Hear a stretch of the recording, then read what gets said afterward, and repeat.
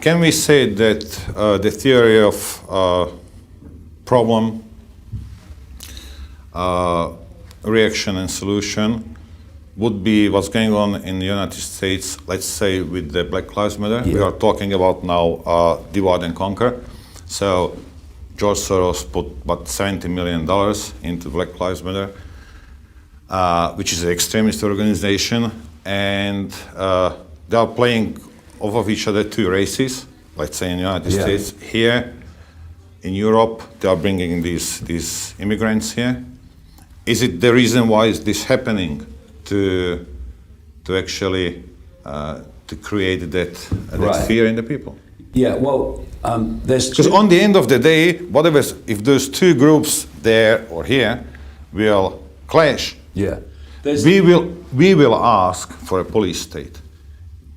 Exactly. I mean, the easiest way to get a police state and other extreme situations in is to create problems to which a police state is the solution. This is what, look at every time there's a terrorist attack in Europe.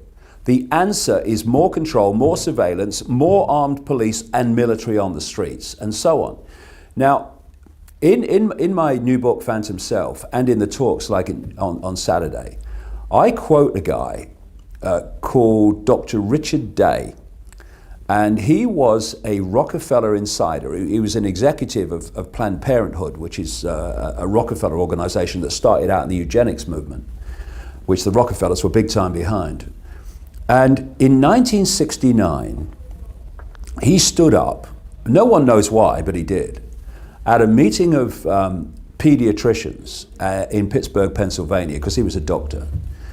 And he asked them to not take notes and to turn off any recording equipment, because he was going to tell them how the world was going to change, because that which he was part of was going to change it. And he came out with a series of things. It must have been a long talk, because a lot of things that he said. There was a doctor in the audience called Lawrence Donegan who did take notes.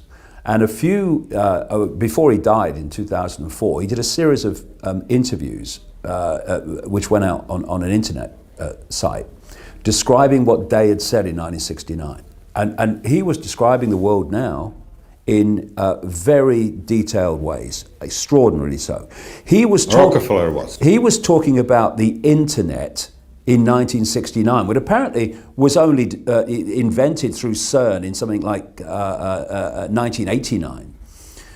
He was talking about smart TVs, which only came out in 2008, because Orwell was talking about smart TVs, the telescreens, in 1948, because this agenda is long, long term. And one of the things that he said was going to happen is that they were going to have mass immigration into countries, because he said it's easier to break down cultures and to change society in countries where there are many people that don't have any roots, his words, or history in those countries. And when I look at the situation of migration, whenever something happens very quickly and is then everywhere, the alarm bells should go off. I mean, just as a quick aside, take fracking. Fracking came out of nowhere, and suddenly it was everywhere. People protesting all over the world about fracking. Where did that come from? And if you look at what happened, and it's all a perception deception, there was this horrific picture of a little boy dead on a beach, who had died as a result of him and his family and others trying to get out of the Middle East into Greece. That was the official version. Yeah, that was the official version, yes. And suddenly, obviously, there was an outpouring from people that saw that picture of emotion, of compassion. Now, there's nothing easier to manipulate than genuineness that's not streetwise. And the idea is to feel the compassion, but then ask yourself, why am I being shown this now? Now let's look what happens after it. And it was immediately after that picture circulated, and there's this outrage of this outpouring rather of understandable compassion, that the real big pouring into Europe of people started. This is when Merkel opened the floodgates, not just to people fleeing wars created by the West. My response to that is yes, there is a reason why those people should be helped by those countries that created the wars. But that's not what happened. Yes, there were refugees from war, but the vast majority of people pouring into Europe on the back of that emotional outpouring triggered by that picture were young men. They weren't even families, which of course has created tremendous upheavals in places like Germany and Sweden and elsewhere. And if you remember, when this great enormous number of people started arriving at German railway stations, there were Germans on the platform clapping them in. You know why? Because the perception deception within those people, they were relating those people coming off the trains to that little boy on the beach. This is how perception deception works, and manipulating people's perceptions through emotions is the easiest gateway to perception. They are not clapping anymore, are They're they? not clapping anymore, and I said at the time, you know, they're clapping now, but they won't be clapping soon, because two things. First of all, they're different cultures. Now, you're supposed to be racist if you say that. Excuse me, that's not racist, that's absolute blatant fact. They're different cultures. And what they want to do, and this is the plan, is they want to break Europe up into subservient regions to the European Union bureaucracy under a world government, and bring an end to nation states. Because nation states have a sense of culture, they have a sense of history, and a relation to a nation state is a great resistance to having the nation state disappear. So stage one of this absolutely blatant opening the door to Europe is to dilute a sense of culture.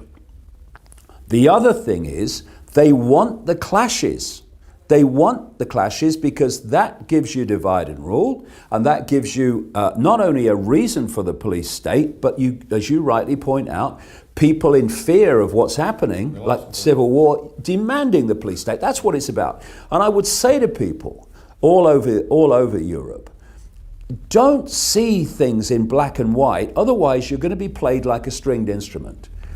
If you look at the indigenous populations of Europe, and you look at the migrants coming in, if you could see symbolically what was happening, you'd see strings attached to the migrants, you'd see strings attached to the indigenous population, and those strings would be held by the same hand. They're playing people off against each other. And it's interesting, you know, so often over the years, the BBC, which is a kind of state-owned, controlled organization, whatever they claim, has put out so-called factional documentaries, like documentaries that are kind of supposed to be part fiction, part factual, who turned out monumentally accurate.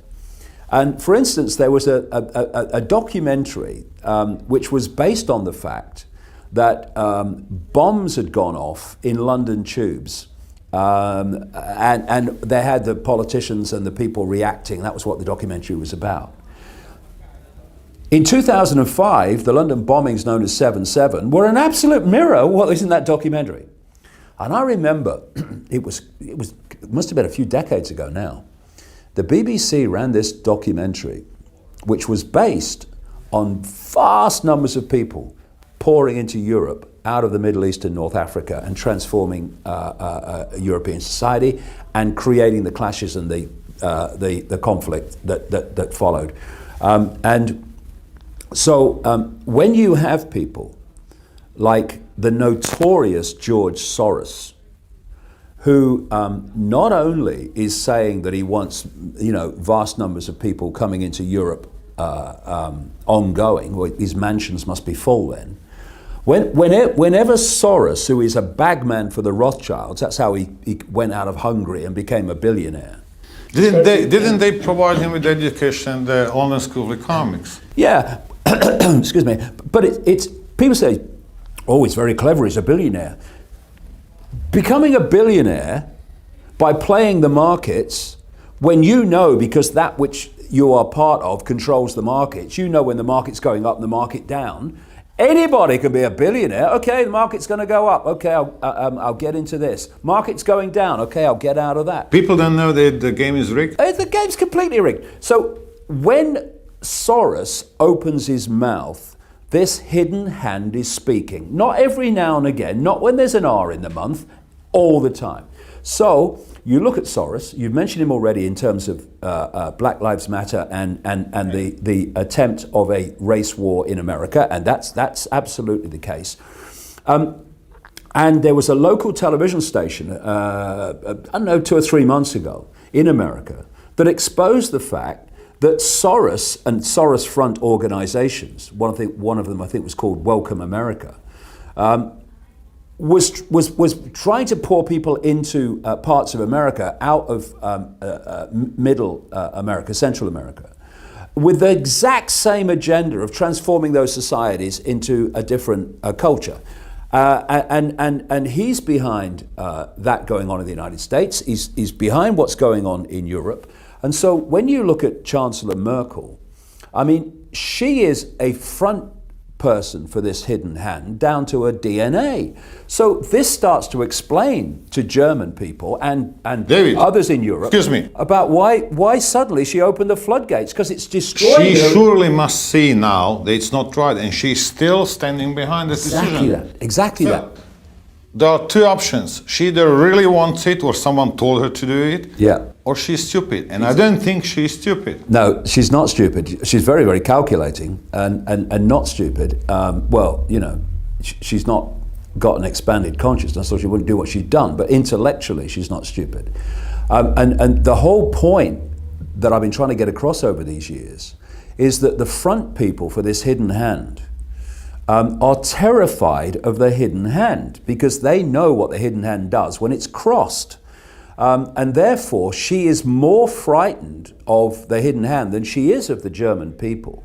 And as you rightly say, she is committing electoral suicide. But by the time that she is removed, which she almost certainly will be as a result of all this, and the election results in Germany are catastrophic for her and her party, then vast numbers of people will be in Germany and the die will be cast. And that's not a condemnation of the people coming in, although let's not, let me say this. People see the whole world in black and white. Therefore, it's all Muslims bad, all Muslims good. Muslim people that I've known and met in the Middle East and around the world are some of the kindest, gentlest, generous people I've ever come across. But to say that all Muslims are like that would be as stupid as to say all Muslims are bad and terrorists. We've got to see the shades of grey, otherwise there's no way we're going to get our heads around what's going on.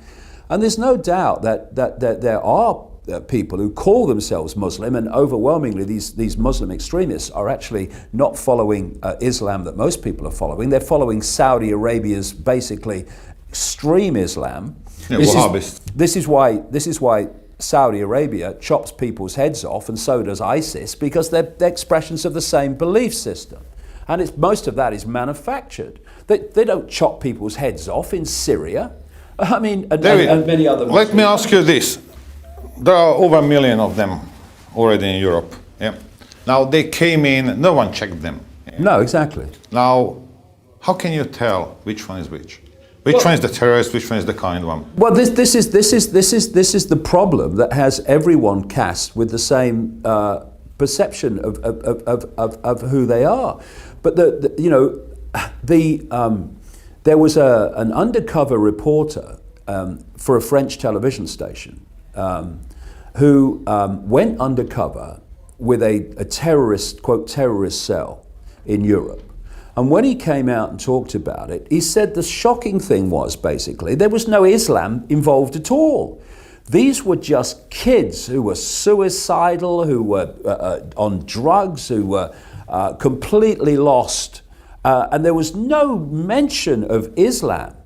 And they had been promised that if they, did these things, they would get paradise and all that stuff as a result of it. They were just bits of kids being manipulated. And if you go through the process, you have these people that carry out these terrorist attacks, and some actually are carried out directly by the security agencies wearing face covers and armory like has happened in America. They say this person's done that, but you don't know that, because when they did it, the only thing people saw were people in masks and with weapons. They didn't see their faces. But you've got these kids that carried it out. Then you've got the next level. You've got the leaders of these terrorist organizations.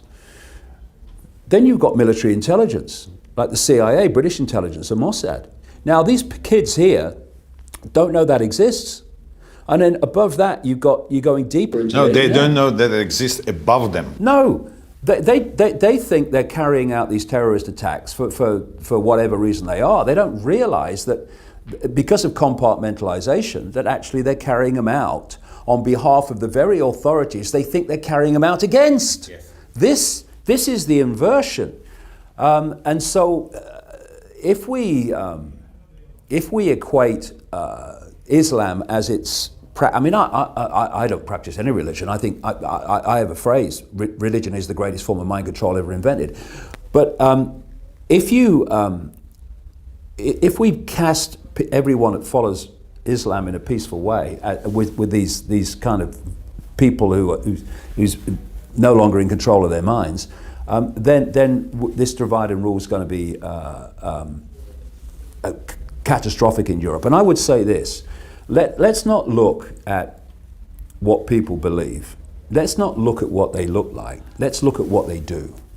And there's no question, it's quite blatant, that, for instance, there is a completely different dynamic and perception of women and the role of women and the subordination of women among so many of these migrants into Europe following Islam in its various forms, that this is where this great problem has occurred in places like Germany and Sweden of attacks on women. It's because the way women are seen is not in the same way that they're seen in Europe. And it's no good people saying that's racist, it's fact.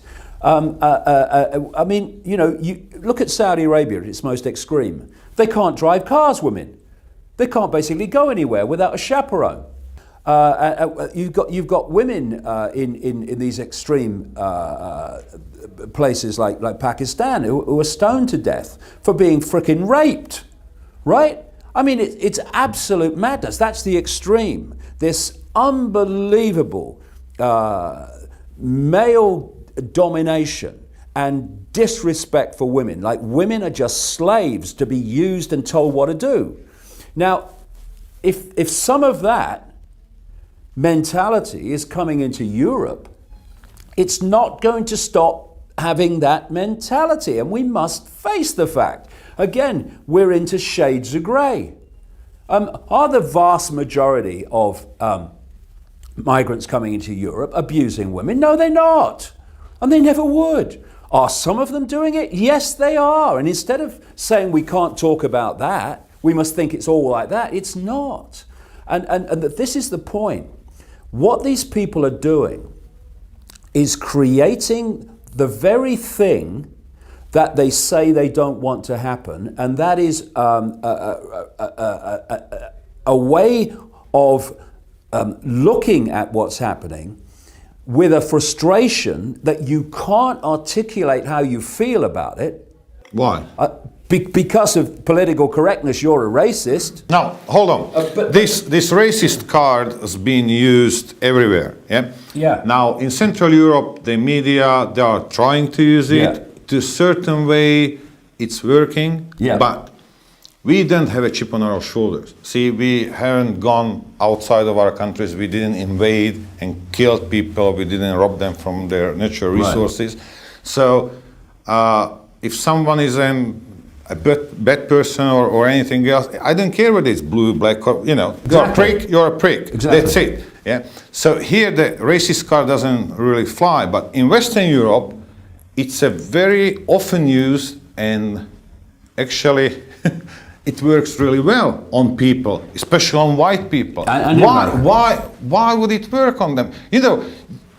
You didn't go to Africa and kill, black people, or you didn't enslave them. Why would you? Yeah, the British Empire did. Yeah, but it wasn't you. The most appalling empire in the history of the world. David, but it wasn't you. No. It's like me hating a 20-year-old German girl because they were here and they killed millions of us.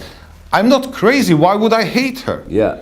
So why does it work on people in Western Europe and in the United States? Well, I think there's two things. First of all, you have what are called progressives. This is a word that's come out of America. Basically, neo-Marxists. Progressives that support people like Bernie Sanders to an extent. The very small part of them relate to the Democratic Party in general. Like Clinton, a lot of the progressives will be voting for Clinton. A lot of the progressives won't because of what happened to Bernie Sanders. And then this word progressive is actually being used for the same sort of people, the Greens and the left in politics in Britain as well. So you have the progressives, and they their heart has been transported from here to here, right? It's on their frickin' sleeve. Look at me, how pure I am. And therefore, you can't say anything about anyone who basically isn't white, because only white people are racist, of course. That's the way it seems to go. Racism is a state of mind, not a state of color. So they jump on anybody through political correctness and this reflex action, you're racist. And then you've got the others that actually would like to articulate how they feel, but are frightened of being labeled racist and having what they call now a Twitter storm against, we had a guy, a British actor, who was being interviewed in America, and he was being interviewed and complaining at racism and discrimination against black actors in Hollywood, right? But because he used the word coloured instead of black, Twitter storm, right? And he's coming out but basically on his knees. Oh, forgive me. I didn't What's mean wrong with colour? Didn't mean any offence. He's a white guy. I didn't mean any offence. And it's like, hold on. I mean, if somebody did that to me, I would post a finger on Twitter and go and have a cup of tea and say, I'll leave you to it, because the guy wasn't coming from a point of view of racism. He just used a word. But in a way of defending the fact that there was discrimination against black people, black actors in Hollywood. It's madness, but because people fear that reaction. But David, what you are saying, it's not or whatever you're describing, it's not a political correctness, it's censorship.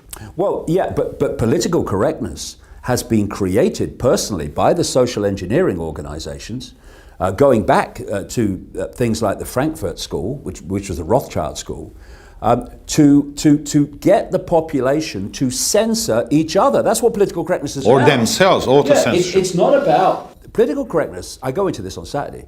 It's not about protecting people and not upsetting people. These guys couldn't give a damn whether people are upset or not. It's about using that as an excuse to get the population to censor itself, to get the herd to censor the herd. And I won't do that. I'll say what I think, and if people don't like it, they can do the other thing. That's fine by me. But so this is what it's about, and this is why people are frightened to speak out. And you see, what happens then is when people have no vehicle to just articulate how they feel about seeing their societies changed in various ways, they get more and more frustrated, and they get more and more, if you like, often extreme because of that frustration. If we had a debate, if we could see the shades of grey, if we could be fricking adult and say, hold on a minute, first of all, let's look at this migration. Let's forget Muslims, let's forget colour, let's forget everything. Let's look at numbers. If you have increasing unlimited numbers of people, no matter where their background comes from, coming into a specific area, you are going to have a situation, which is happening, where the services, the housing, everything the health services cannot cope. Therefore, on sheer numbers, we have to have an adult debate about how many numbers can be in certain areas without the whole of that society. Otherwise, it's going to fall apart. Yeah, exactly. What we can't have, well, I can, bugger it, but we can't in general have that debate openly because of the heart on the sleeves progressives, brackets, censors, saying you're racist if you want that debate, even on sheer numbers. Then we have a situation where there are cultural differences, and we have to acknowledge that. Someone coming in from a Muslim country where they've been Muslim all their lives and that the whole country has been run on Muslim grounds with Muslim laws, coming into a country where that's not happening, there is a cultural difference there. Hello, intelligent life calling planet Earth, and we have to address that. We have to look at that. We have to be adult. We have to see the shades of grey and not the black and white. And then we have to also accept that while the vast majority of Muslims, and as I've said many times, the Muslims that I've met over the years are overwhelmingly some of the nicest, genuine, most generous people I've ever met. But some are not. And thus we have to address that which is not, while not branding everyone else with that which is not.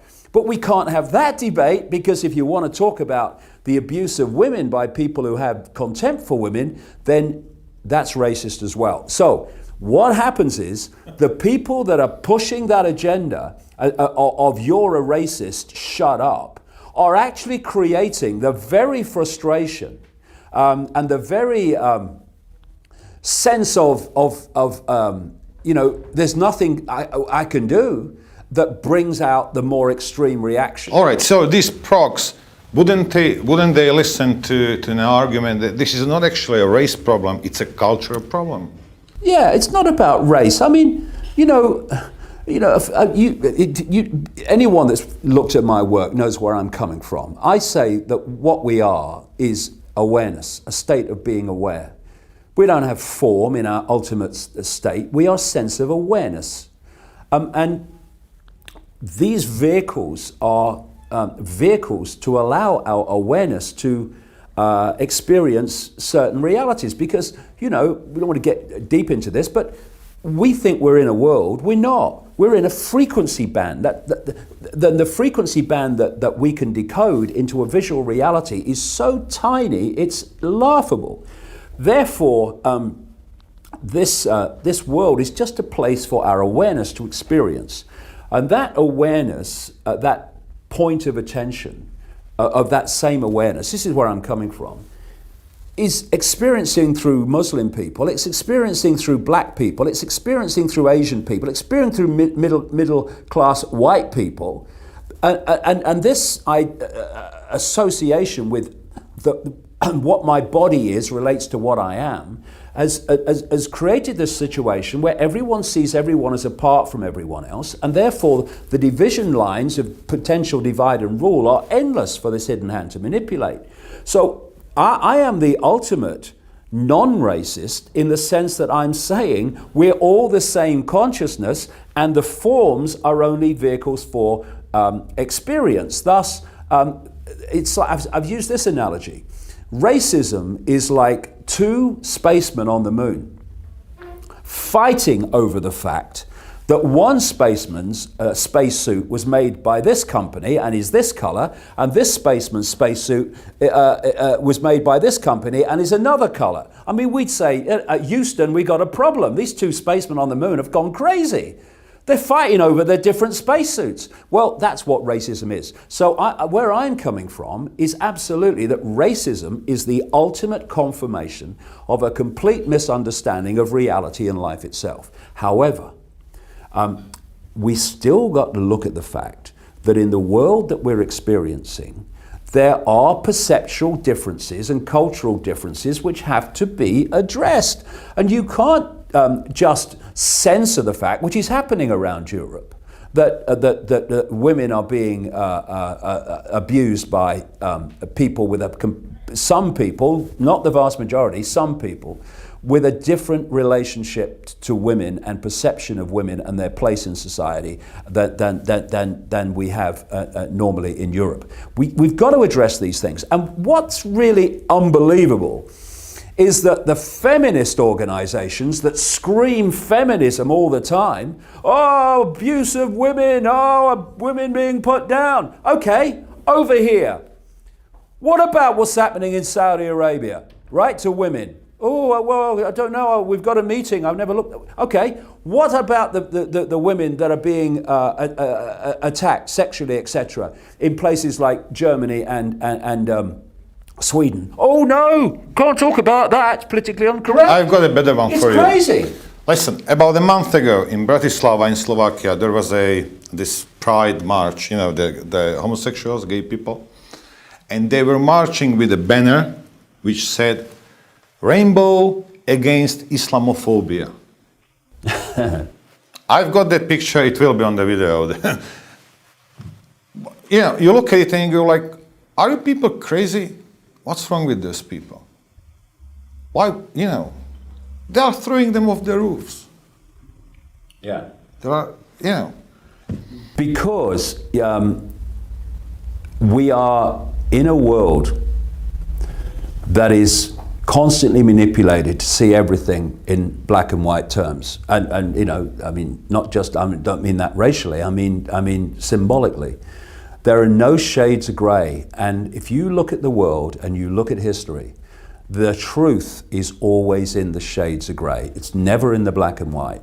And so while you've got people who are genuinely racist by reflex action. And I've seen some members of the so-called master race who claim to be the master race, and if they're the master race, well, I'd rather not be, thank you very much. But on the other side, you've got this progressive movement, which basically plays itself out through much of the media, like MSNBC and CNN and such like in America, for instance, but through other media as well. That is the other extreme that will not allow genuine debate and genuine interaction to take place, to look at things that are happening. And so while that will say that genuinely racial view of the world, racist view of the world is extreme, well, extremes have polarities. And the other polarity of this situation is that which calls itself progressive. The biggest problem with progressives, they're not progressive, and they're certainly not informed. And therefore you've got two extremes shouting at each other, and in the middle are a vast number of people who just want a debate about what they're concerned about, and to have what's actually happening circulated in the media instead of covered up and suppressed. And so you know, we have a situation where there are, for instance, women being abused and attacked, and therefore we have to address that. We have to openly discuss it and say, look, how do we stop this? Because by ignoring it because of political correctness, it's just going to go on, and it needs to be addressed. But at the same time, let's take that perception of women and the reality of the world and say that all Muslims are like that. They are not. My whole experience is that they're not, but some are. And so we need to address it and not stop being, so politically incorrect that we can't say boo to a goose. All right, last question.